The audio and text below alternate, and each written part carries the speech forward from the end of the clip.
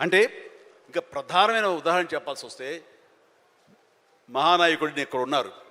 అలిపిరి సంఘటనతో అక్కడి నుంచి పడి లెగిచి ఎంత డీమోటివ్ అయిపోవాలి, చావు తప్పి కన్నులు అట్టపోయినట్లుగా ఆ రోజున పరిస్థితి ఉన్నప్పుడు ఆ విజువల్స్ చూసి ఎక్కడ చెక్కు చెదరలేదు. ఆయన మానసిక స్థైర్యంతో ఉన్నారు. హాస్పిటల్కి వెళ్ళి ట్రీట్మెంట్ తీసుకుని వెంటనే మామూలుగా బయటకు వచ్చారు కానీ ఎక్కడ సరే బెసికారా, కొంచెం వెనక్కి తగ్గారా, ఆలోచన విధానంలో ఏంటిది అన్నారని ఏమీ లేదు. బ్రహ్మాండమైనటువంటి ఒక కన్విక్షన్తో దీన్ని ఆయన ఎదుర్కొని నిలబడేటువంటి హీరోదాత్తత నేను ఆ రోజున చూశాను నాయుడు గారిలో.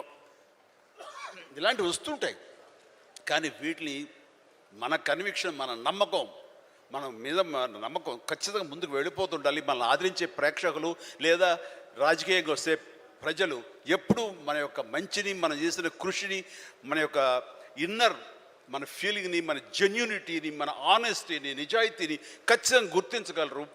మధ్యలో ఒక్కోసారి ప్రతికూల పరిస్థితులు వస్తాయి, వాటిని అధిగమించేలాగా వస్తుంది, మనకి రోజులు మంచి రోజులు వస్తాయని కన్విక్షన్ తెలితే కనుక అలాంటి అబ్స్ట్రకల్స్ని ఓవర్కమ్ చేయగలం. దానికి గాను నువ్వు నీ మానసిక ధైర్యాన్ని కోల్పోకూడదు. ఇక్కడ నిలబెత్తున్న నిదర్శనం చంద్రబాబు నాయుడు గారు. అది నేను చెప్పుకొచ్చేది.